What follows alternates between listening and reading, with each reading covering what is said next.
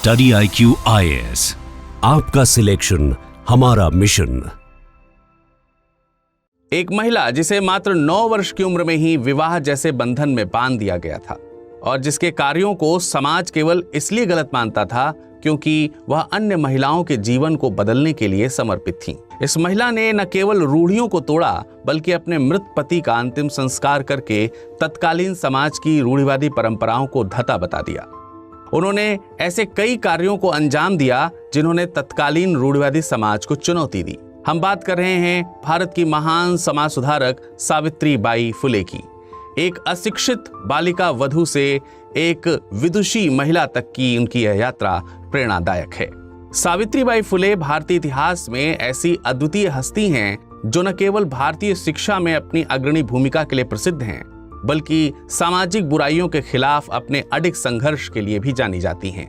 उनका जन्म भारतीय इतिहास के उस काल में हुआ जहां एक ओर ब्रिटिश हुकूमत की जंजीरों में भारत जकड़ा हुआ था तो दूसरी ओर जाति, लैंगिक भेदभाव और अशिक्षा ने भारतीय समाज को जकड़ कर रखा था।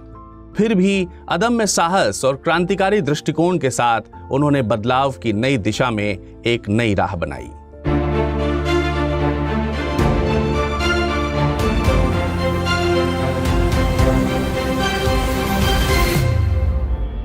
शिक्षा वह उपकरण है जिसके माध्यम से हम समाज को ऊपर उठा सकते हैं। ज्योतिराव फुले के इस विश्वास को सावित्रीबाई ने पूरे मन से अपनाया। उनके मार्गदर्शन में उन्होंने पढ़ना लिखना सीखा और इन सामाजिक बंधनों को तोड़ा जो महिलाओं की शिक्षा को हतोत्साहित करते थे। भारत की पहली महिला शिक्षिका के रूप में सावित्रीबाई को भारी विरोध का सामना करना पड़ा। उन्हें पत्थर, कीचड़ और गोबर से मारा गया, लेकिन वह अपने मंतव्य के प्रति दृढ़ रहीं, अडिग रहीं। वे कहती थीं, अगर मेरी साड़ी गंदी भी हो जाए तो मैं हमेशा एक अतिरिक्त साड़ी लेकर चलती हूँ। शिक्षा का दीपक जलाना मेरा निजी उद्देश्य नहीं है बल्कि मेरी नैतिक जिम्मेदारी है। 19वीं सदी, जिसे अक्सर भारत में सामाजिक ठहराव की अवधि के रूप में वर्णित किया जाता है, महिलाओं और तथाकथित निचली जातियों के खिलाफ व्यापक भेदभाव का गवाह बनी। महिलाओं के लिए शिक्षा व्यावहारिक रूप से न के बराबर थी, जिससे अधिकांश को बुनियादी साक्षरता से वंचित रखा गया था। इसके अलावा महिलाओं को अक्सर बाल विवाह और सती और विधवाओं के सामाजिक बहिष्कार जैसे अमानवीय प्रथाओं का शिकार भी होना पड़ता था। इसी गहरी असमानता के पृष्ठभूमि के खिलाफ सावित्रीबाई फुले ने अपनी पहचान बनाई। अपने पति ज्योतिराव फुले के साथ मिलकर उन्होंने जाति और लिंग के भेदभाव के दमनकारी ढांचे को खत्म करके एक अथक प्रयास का एक रूप दिया।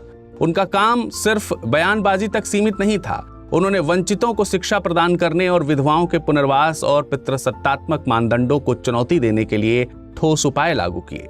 सावित्रीबाई के प्रयासों का कड़ा विरोध किया गया, जिसमें उनके क्रांतिकारी विचारों का विरोध करने वालों की ओर से मौखिक और शारीरिक दुर्व्यवहार भी शामिल था। चुनौतियों के बावजूद उनका दृढ़ संकल्प कभी कम नहीं हुआ। वह आधुनिक भारत की पहली महिला शिक्षिका बनी। उन्होंने पुणे में लड़कियों के लिए पहला स्कूल खोला। उनका काम शिक्षा से भी परे था क्योंकि उन्होंने विधवाओं के अधिकारों की वकालत की और बाल विवाह और कन्या भ्रूण हत्या जैसी सामाजिक बुराइयों के खिलाफ लड़ाई भी लड़ी। सावित्रीबाई फुले का जन्म 3 जनवरी सन 1831 को वर्तमान महाराष्ट्र के एक छोटे से गांव नैगांव में हुआ था। वह माली समुदाय से थीं। परंपरागत रूप से समुदाय बागवानी और कृषि में लगी हुई थी, जिसे 19वीं सदी के भारत के कठोर जाति पदानुक्रम के तहत तब ये शूद्र समुदाय का हिस्सा माना जाता था।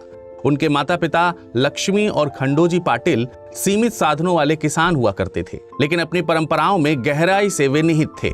एक ऐसे समाज में जो महिलाओं को अधीनस्थ मानता था और जिन्हें शिक्षा प्राप्त करने से हतोत्साहित किया जाता था, सावित्रीबाई का पालन पोषण उनके समय की विशिष्ट सीमाओं को दर्शाता था। एक छोटी लड़की के रूप में उनके पास औपचारिक शिक्षा तक की पहुंच नहीं थी। इसके बजाय उन्हें घरेलू कामों में प्रशिक्षित किया गया था, जो उनकी उम्र और जाति की लड़कियों के लिए एक आदर्श होता था। 9 वर्ष की छोटी सी उम्र में सावित्रीबाई की शादी ज्योतिराव फुले से हुई थी, जो उस समय केवल 13 वर्ष के थे। इस दौर में इस तरह की उम्र की शादियां एक आम बात होती थी।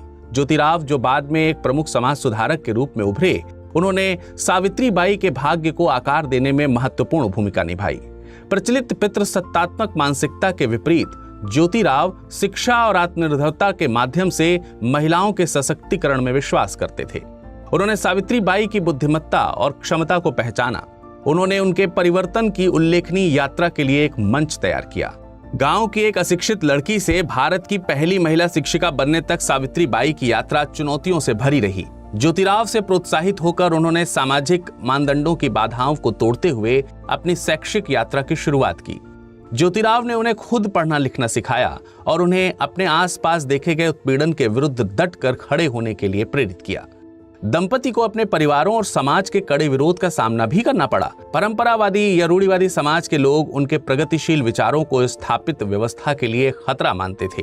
बहिष्कृत होने के बावजूद वे दबे कुचले लोगों को शिक्षित करने और उन्हें सशक्त बनाने के अपने मिशन में वे अडिग रहीं। ज्योतिराव फुले के प्रगतिशील विचारों और अटूट समर्थन ने सावित्री बाई के जीवन में आमूलचूल परिवर्तन में महत्वपूर्ण भूमिका निभाई। उनके मार्गदर्शन में सावित्री बाई ने न केवल पढ़ना लिखना सीखा, बल्कि आगे चलकर वे सामाजिक न्याय की पैरोकार भी बनी। ज्योतिराव ने उन्हें सुधारकों और दार्शनिकों के लेखन से परिचित कराया था, जिसने जातिगत भेदभाव, लैंगिक असमानता और शिक्षा के महत्वपूर्ण मुद्दों पर उनके दृष्टिकोण को व्यापक बनाया। उनके जीवन के इस चरण ने एक सुधारक और शिक्षक के रूप में उनके भविष्य की भूमिका की नींव रखी।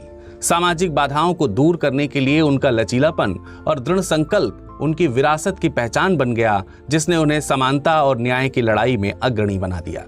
अपने पति के मार्गदर्शन में सीखते हुए सावित्री बाई ने सामाजिक मानदंडों की बाधाओं को तोड़ा और महाराष्ट्र की पहली शिक्षित महिला बन गईं, जिन्होंने समाज के रूढ़िवादी वर्गों से भारी दुश्मनी का सामना करना पड़ा।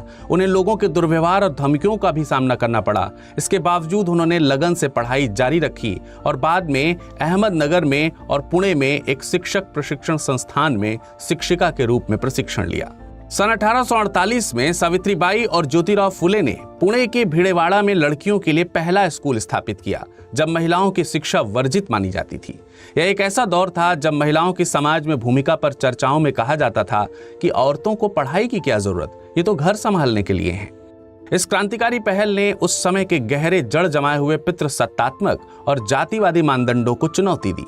स्कूल ने विभिन्न जातियों और समुदायों की लड़कियों को शिक्षा प्रदान की, जिसमें समावेशिता और शिक्षा तक समान पहुंच पर जोर दिया गया था। पाठ्यक्रम में पढ़ना, लिखना और अंकगणित के साथ साथ नैतिक शिक्षा और आलोचनात्मक सोच शामिल थी। सावित्री बाई की शिक्षण पद्धतियां प्रगतिशील थीं, जो रटने की बजाय व्यवहारिक ज्ञान और व्यक्तिगत विकास पर केंद्रित थीं। उन्होंने छात्रों को सामाजिक अन्याय पर सवाल उठाने के लिए भी प्रोत्साहित किया। एक शिक्षिका के रूप में सावित्री बाई को गंभीर प्रतिरोध का सामना करना पड़ा। समाज के रूढ़िवादी समूहों ने उन्हें गालियां दी और यहां तक कि स्कूल जाते समय उन पर पत्थर और गोबर भी मारा। इस शत्रुता के बावजूद वो अडिग रहीं। वो अपने साथ एक अतिरिक्त साड़ी लेकर जाती थी, क्योंकि उन्हें पता था कि हमलों के कारण उन्हें कपड़े बदलने पड़ सकते हैं। इस दृढ़ता ने उनके इस उद्देश्य के लिए लड़ने के लिए दृढ़ संकल्प को दर्शाया, जिस पर उन्हें गहरा विश्वास था। अपने पहले स्कूल की सफलता के बाद सावित्री बाई और ज्योतिराव ने कई अन्य स्कूल स्थापित किए, जिसमें हाशिए पर पड़े समुदाय के बच्चों के लिए भी स्कूल शामिल थे। 1851 तक उन्होंने 3 स्कूल स्थापित किए और 150 से भी अधिक छात्रों को वे पढ़ा रहे थे, जो संघर्ष से भरे रूढ़िवादी काल के लिए एक महत्वपूर्ण संख्या थी। सामाजिक परिवर्तन के साधन के रूप में शिक्षा पर उनके जोर ने भारत में आधुनिक शैक्षिक सुधार की नींव रखी। उनका मानना था कि शिक्षित महिलाएं पूरे समाज का उत्थान कर सकती हैं और उन्होंने मार्गदर्शन के माध्यम से उन्हें सशक्त बनाने के लिए अथक प्रयास किया। सावित्री बाई के प्रयासों ने इस धारणा को तोड़ने में भी महत्वपूर्ण भूमिका निभाई कि शिक्षा महिलाओं के लिए अनावश्यक व हानिकारक है। वे सशक्तिकरण की प्रतीक बन गईं, जिन्होंने अन्य महिलाओं को शिक्षा और आत्मनिर्भरता प्राप्त करने के लिए प्रेरित किया। उनका यह विश्वास था कि शिक्षा जीवन को बदल सकती है, उन्हें उन लोगों के लिए आशा की किरण बनाता है जिन्हें उनके लैंगिक या जातीयता के कारण अवसरों से वंचित कर दिया जाता है। एक शिक्षिका के रूप में सावित्री बाई का काम एकेडमिक शिक्षा से परे था। उनका उद्देश्य अपने छात्रों, विशेष रूप से वंचित पृष्ठभूमि से आने वाले छात्रों में आत्मसम्मान की भावना पैदा करना था। उनके स्कूल ऐसे स्थान पर बनाए गए थे जहां लड़कियां सामाजिक बंधनों से मुक्त होकर बेहतर भविष्य का सपना देख सकती थीं। सावित्री बाई विधवाओं के सिर मुंडवाने और समाज से बहिष्कृत मानने की प्रथा के खिलाफ भी खड़ी थीं। उन्होंने विधवा पुनर्विवाह को प्रोत्साहित किया और तर्क दिया कि विधवाओं को सम्मान और गरिमा के साथ अपने जीवन को फिर से बनाने का पूरा अधिकार है।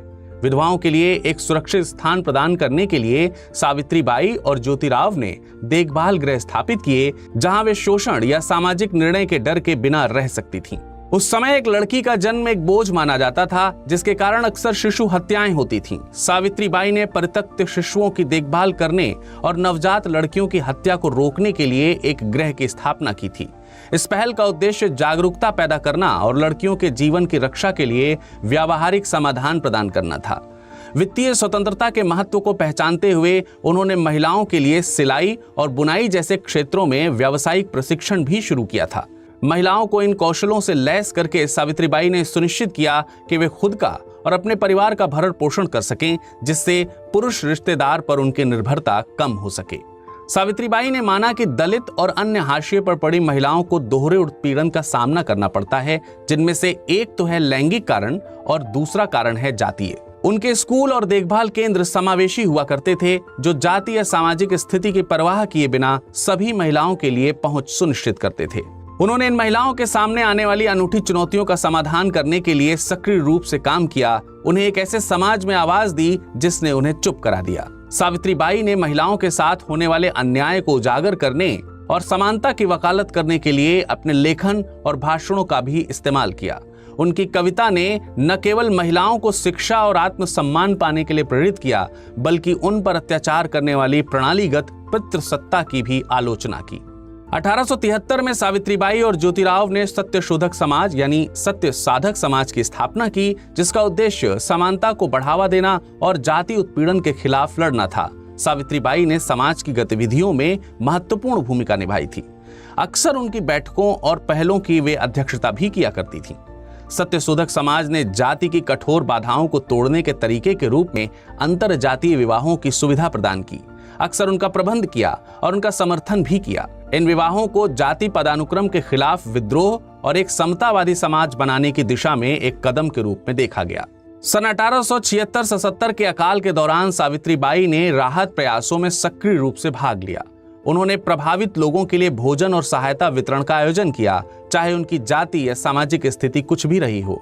जरूरतमंदों की मदद करने की उनकी प्रतिबद्धता ने एक दयालु सुधारक के रूप में उनकी विरासत को मजबूत कर दिया। सावित्रीबाई फुले न केवल एक अग्रणी समाज सुधारक थीं, बल्कि एक विपुल लेखिका और कवि भी थीं। उनकी साहित्यिक रचनाएं उनके क्रांतिकारी विचारों का प्रतिबिंब थीं। उनके सामाजिक परिवर्तन को प्रेरित करने का वे एक माध्यम थीं। उन्होंने अपनी रचनाओं का उपयोग महिलाओं और हाशिए पर पड़े समुदायों के संघर्षों को व्यक्त करने के लिए किया, शिक्षा, समानता और न्याय की वकालत की। उनकी उल्लेखनीय रचनाओं में काव्य फुले, जो 1854 में प्रकाशित कविताओं का जो एक संकलन हुआ करता था, उनकी सबसे प्रसिद्ध रचनाओं में से एक है। यह उनके क्रांतिकारी विचारों और सामाजिक न्याय के प्रति उनकी गहरी चिंता को दर्शाता है। उनकी रचनाओं में सरलता और स्पष्टता थी, जो उन्हें आम लोगों के लिए सुलभ बनाती थी। उन्होंने स्थानीय भाषा मराठी का इस्तेमाल किया ताकि उनके विचार जमीन स्तर तक पहुंच सकें। उनकी कविता में भावनात्मक गहराई वंचितों के संघर्षों के साथ प्रतिध्वनित होती थी, जिससे उनके पाठकों के साथ उनका एक मजबूत संबंध बन सका। हाशिए पर पड़े समुदाय की महिला होने के नाते सावित्रीबाई को अपनी रचनाएं प्रकाशित करवाने में काफी बाधाओं का सामना करना पड़ता था। इन चुनौतियों के बावजूद उनकी दृढ़ता ने सुनिश्चित किया कि उनकी आवाज उन लोगों तक पहुंचे जिन्हें इनकी सबसे ज्यादा जरूरत थी। हाल के वर्षों में सावित्रीबाई फुले के लेखन को व्यापक मान्यता मिली है। नारीवाद, शिक्षा और सामाजिक न्याय पर चर्चाओं को प्रेरित करने के लिए उन्हें एकेडमिक पाठ्यक्रमों में शामिल किया गया है। उनकी रचनाओं को कई भाषाओं में अनुवाद करके उनके विचारों को वैश्विक दर्शकों तक पहुंचाया गया है। अपने साहित्यिक योगदान को अपनी सक्रियता के साथ एकीकृत करके सावित्रीबाई फुले ने साबित कर दिया कि कलम वास्तव में तलवार से अधिक शक्तिशाली हो सकती है। उन्होंने अपने लेखन को एक गहरे असमान समाज को चुनौती देने और बदलने के लिए एक शक्तिशाली उपकरण के रूप में इस्तेमाल किया। सावित्रीबाई का निजी जीवन भी उनकी सक्रियता से गहराई से प्रभावित था। उनके काम और सामाजिक मानदंडों की अवहेलना ने उन्हें रिश्तेदारों और समुदाय के सदस्यों से अलग कर दिया। सार्वजनिक सेवा के प्रति उनके समर्पण ने उन्हें व्यक्तिगत शांति के लिए बहुत कम समय दिया, क्योंकि वह और उनके पति लगातार सामाजिक संघर्षों से ही उलझे रहते थे। सन 1897 में ब्यूबोनिक प्लेग के प्रकोप के दौरान सावित्रीबाई पीड़ितों की सेवा करने के लिए आगे आईं और बीमारों के लिए राहत शिविर स्थापित किया। खतरों को जानते हुए भी उन्होंने रोगियों की देखभाल के लिए अथक परिश्रम किए। दुर्भाग्य से इस निस्वार्थ सेवा के कारण उन्हें प्लेग हो गया और अंततः वे प्लेग की चपेट में आ गईं। सेवा करते हुए उनकी मृत्यु से वे मानवता और सामाजिक सुधार के लिए शहीद के रूप में अमर हो गईं। उनके नाम पर कई शैक्षणिक संस्थान, पुरस्कार और छात्रवृत्तियां स्थापित की गईं, जैसे सावित्रीबाई फुले पुणे विश्वविद्यालय। ये उनके योगदान की याद दिलाते हैं। 3 जनवरी को उनकी जयंती पूरे भारत में, विशेष रूप से महाराष्ट्र में महिला सशक्तिकरण और शिक्षा को समर्पित एक दिन के रूप में मनाई जाती है। इस अवसर पर शिक्षा और सामाजिक न्याय में उनके योगदान का सम्मान करने के लिए सांस्कृतिक कार्यक्रम, व्याख्यान और सेमिनार आयोजित किए जाते हैं। प्रेरणा और सम्मान के प्रतीक के रूप में भारत के विभिन्न भागों में सावित्रीबाई फुले की प्रतिमाएं स्थापित की गई हैं। पुणे में उनका एक स्मारक, जहां उन्होंने अपना पहला स्कूल शुरू किया था, शिक्षा में उनके अग्रणी प्रयासों की याद दिलाता है। उनके जीवन और संघर्षों को उजागर करने के लिए वृत्त चित्र, फिल्में और टेलीविजन सीरीज बनाई गई हैं, जिनकी यात्रा पर आधारित नाटक और नाट्य प्रस्तुतियां पूरे देश में प्रस्तुत की जाती हैं, जिससे उनकी कहानी जनमानस में जीवंत बनी रहे। भारत सरकार और राज्य सरकारों ने महिलाओं और हाशिए पर बसे समुदायों को सशक्त बनाने के उद्देश्य से विभिन्न योजनाओं के माध्यम से उनके योगदान को मान्यता दी है। बेटी बचाओ बेटी पढ़ाओ जैसे कार्यक्रम उनके लैंगिक समानता और शिक्षा के दृष्टिकोण से काफी मेल खाते हैं। उनके योगदान को अंतर्राष्ट्रीय स्तर पर व्यापक मान्यता मिली है। दुनिया भर के शैक्षणिक संस्थान और शोधकर्ता सामाजिक सुधार में उनकी भूमिका का अध्ययन करते हैं और व्यापक नारीवाद तथा भेदभाव जैसे प्रवचनों में उनकी प्रासंगिकता को रेखांकित करते हैं। सावित्रीबाई फुले के प्रयास तत्कालीन समाज से बहुत आगे थे। उनके द्वारा अपनाए गए आदर्शों को प्राप्त करने के लिए चल रहे प्रयास उनके दृष्टिकोण की गहराई को दर्शाते हैं। उनका प्रत्येक कार्य, चाहे वह शिक्षा हो, सामाजिक पहल हो या सांस्कृतिक अभिव्यक्तियां, समानता और न्याय के एक कालातीत प्रतीक के रूप में उनकी स्थिति को सुदृढ़ करता है।